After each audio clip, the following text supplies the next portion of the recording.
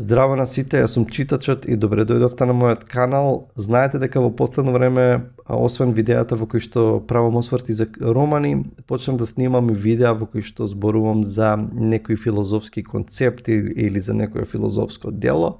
Меѓутоа ќе продолжам да снимам и видеа во кои што зборувам за романот како книжевна форма, за теоријата на литературата, читањето, читачките навики и така натаму.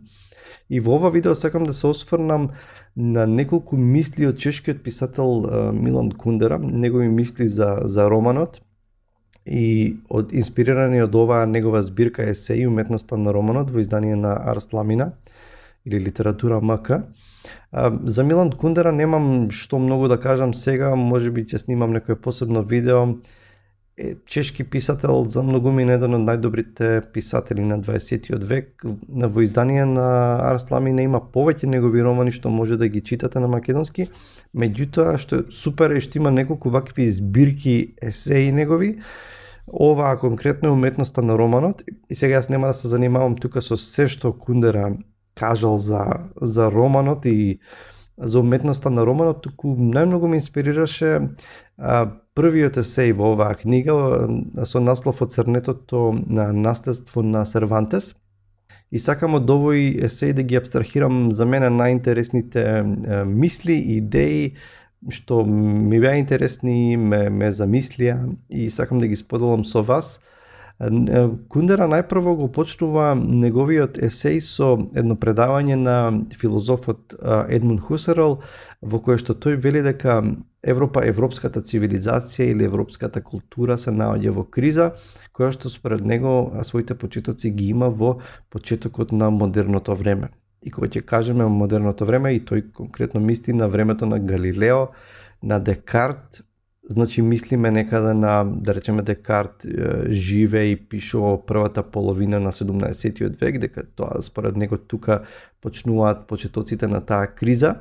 Хусерл смета затоа што токму во тоа време се случува еден подем на науките, а со самото тоа тој вели дека тие го редуцирале светот на обичен предмет на техничко математичко истражување и вели дека од својот хоризонт го исклучиле конкретниот свет на животот. На германски die Lebenswelt. Не зборувам германски, ама мерак ми беше да го кажам ова на германски.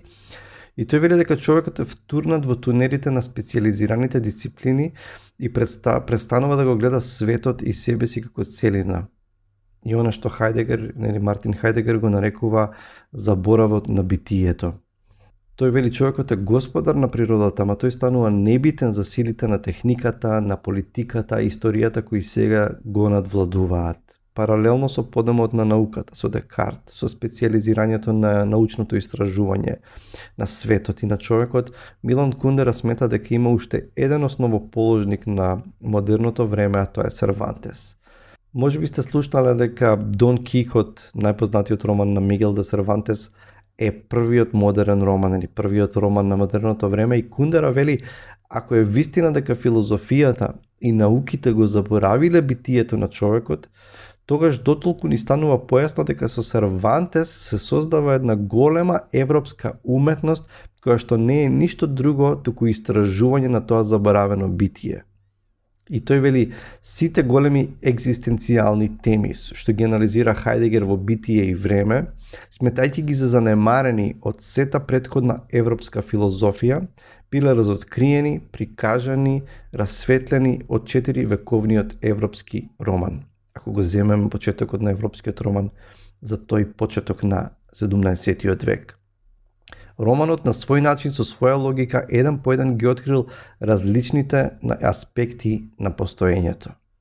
И со современиците на Сервантес, тој се прашува што е авантура, со Семјуел Ричардсон, да речеме понатаму, како што поминува времето, се занимава со она што се случува внатре, значи за прв пат внатрештоста на човекот, неговата психа, психологија, мисли, се става во фокус. Подоцна тој вели со Балзак ја открива коренетоста на човекот во историјата, со Флобер го истражува секојдневието кој што е воопшто вели тера инкогнита, значи воопшто неистражена територија, земја во тоа време. Со Толстој одблизу наблюдува како действува подсвеста при човековите одлуки и однесување. да речеме со Пруст го истражува минатиот момент, сеќавањето, со Джеймс Джойс вели го истражува сегашниот миг, со Томас Ман ја истражува улогата на митовите кои дојдени од некаков памтивек далечински ни ги управуваат чекорите и така натаму. Значи романот како книжевна форма го штити човекот од заборавот на битието и го држи светот на животот под постојана светлина. И Кундера го спомнува и Херман Брох, и тој вели дека Херман Брох повторуваше дека да се открие тоа што само романот може да го открие е единствената причина за постоењето на некој роман. Романот што не открива некој се дотогаш непознат дел од животот е неморален. Спознавањето е единствениот морал на романот. Кундера изнесува уште неколку интересни мисли кои што сакам да ги споделам, а едната од нив е дека како што Бог во тој почеток на модерното време полека ја напушта сцената како некој што раководи со универзумот и со поредокот на вредностите, како некој што е трансцендентна референтна точка која што одредува што е добро, што е лошо и така натаму.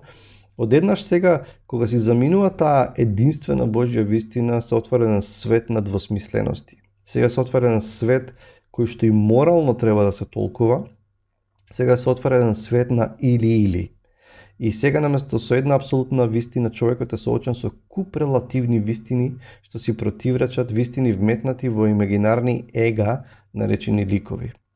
Одеднаш преку сите тие ликови во романите светот е ставен под знак прашање, светот е ставен под сомнеж, светот се открива сета комплексност на светот и дека работите не се црно-бели. Одеднаш од црно-бел свет на кај што јасно се знае што е добро, што е лошо, каде што добриот витез ќе убие лошата ламја или не знам непријателот и ќе спаси принцезата на врвот на кулата на дворецот и така натаму. Одеднаш сега се отвара со ова модерно доба, со заминувањето на Бог од сцената, се отвара цел тој свет на комплексност и на двосмисленост. И токму таа разложеност на вистината ја гледаме изразена и во романот. Одеднаш да речеме дали Ема Бовари е просто некаква прељубничка или е можеби жртва на собствените околности, на досадата која што таа ја живее. Дали пример Ана Каренина е жртва на ограничен деспот, вели, или Каренин е жртва на неморална жена. Дали Јозеф К на Кавка е осуден со Божјата правда преку судот или пак е неправедно осуден. Романот се занимава токму со тие двосмислености, со тие нијанси на животот. Нешто друго што е многу интересно што Кундера го изнесува е некомпатибилноста на романот со еден тоталитарен универзум. И што сака да каже? Тој вели, како модел на овој свет заснуван врз релативноста и двосмисленоста на човечките нешта, романот е неспоив со тоталитарниот универзум. Тоталитарната вистина е исклучува релативноста, сомнежот, прашањето, па така никогаш не може да се помири со она што јас би го нарекол дух на романот, вели Кундера. И ќе кажеме дека зарем во комунистичка Русија не се пишувале или издавале стотици и илјадници романи со огромни тиражи и со голем успех. Меѓутоа тој вели да, новие романи веќе не грабаат кон освојување на битието. Тие само го потврдуваат она што веќе било речено. Значи романот може да има слободата да поставува прашање, мора да има таа слобода, тој дух на романот, да се сомнева, да поставува прашање, да се соочи со сета нијансираност и комплексност на светот. И последната точка што мене ми беше многу интересна, што мислам дека вреди да се издвои, да се истакне, е тоа дека тој вели дека романот, како и сета култура, се повеќе се наоѓа во рацете на медиумите. А тоа значи дека медиумите функционираат на начин се потикнувачи на обединување на планетарната историја, го засилуваат и го канализираат процесот на одземање. Тие низ цел свет ги пренесуваат истите симплификации и клишеа, за да може да бидат прифатени од колку што е можно поголем број, од сите, од целото човештво. И тоа е интересно, ако го Кундера пишува, ова сигурно го пишува пред неколку децении, дури и денес, дури и во плуралистички општества, нели, слобода на говор, каде што поготово на социјалните мрежи секој може да го изрази своето мислење и така натаму. Не сме ли ние се уште робови на наративи кои што се повторуваат, наративи кои што се доминантни наративи, дури и во маркетиншка смисла ние сите сме на некој начин робуваме на тие маркетинг стратегии, ги купуваме истите производи, ги читаме истите веб страни, списанија, вестници и ние мислиме дека има на голема разноликост во мислата и во убедувањата во ставовите, меѓутоа ние само го голтаме, го купуваме она што веќе ни се нуди без премногу критичко размислување. И Кундера сака да каже дека тоа е спротивно на духот на романот. И тој вели дека тоа е спротивно на духот на романот и духот на романот е дух на комплексност. Секој роман на читателот му вели: работите се посложени од колку што си мислиш.